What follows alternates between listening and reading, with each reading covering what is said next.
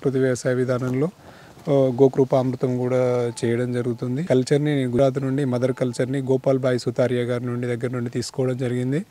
ఇది ట్యాంక్ యొక్క సామర్థ్యము 1500 లీటర్లు అండి. మామూలుగా అయితే ఎకరాన్ని మీరు 200 లీటర్ల నీళ్ళలో 1 లీటరు మదర్ కల్చర్ గోకృపామృతాన్ని పోసుకొని 2 లీటర్ల దేశీయ ఆవు సల్ల తీసుకోవాలి. అలాగే 2 కిలోల బెల్లం తీసుకొని డ్రమ్లో కలుపుకోవాలి. పొద్దున సాయంత్రం రోజుకు 2 సార్లు ఒక వారం రోజులు కలిపినట్లయితే ఈ దీనిలో ఒక 70 రకాల సూక్ష్మజీవులు సూక్ష్మ శిలీంధ్రాలు కూడా దీనిలో ఉంటాయని గోపాల్ భాయ్ సుతారియా గారు చెప్పడం జరిగింది.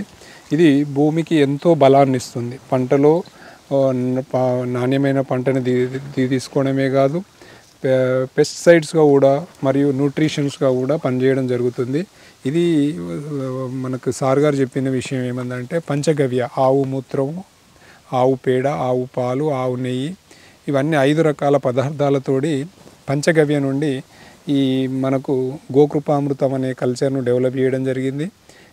ఈ కల్చర్ని నేను గత 4 సంవత్సరాల నుంచి వెళ్ళి నా వ్యవసాయ క్షేత్రంలో పద్ధతిలో పొలానికి ఇవ్వడం జరుగుతుంది. పంట కాలం స్టార్టింగ్ నుండి ఎండ్ ఆఫ్ ద టైం వరకు ఒక ఎకరానికి దాదాపు ఒక 6000 లీటర్ల ద్రావణాన్ని ఈ వారానికి అంటే ఒక్కొక్క కల్చర్ను ఇస్తూ ఉంటా. 4 వారాలకు ఒకసారి ఇది గోకృపామృతము, ఒక వారం వేస్ట్ డీకంపోజర్, ఒక వారం జీవామృతము, ఇట్లా పద్ధతులు మార్చుతూ ఇవ్వడం జరుగుతుంది.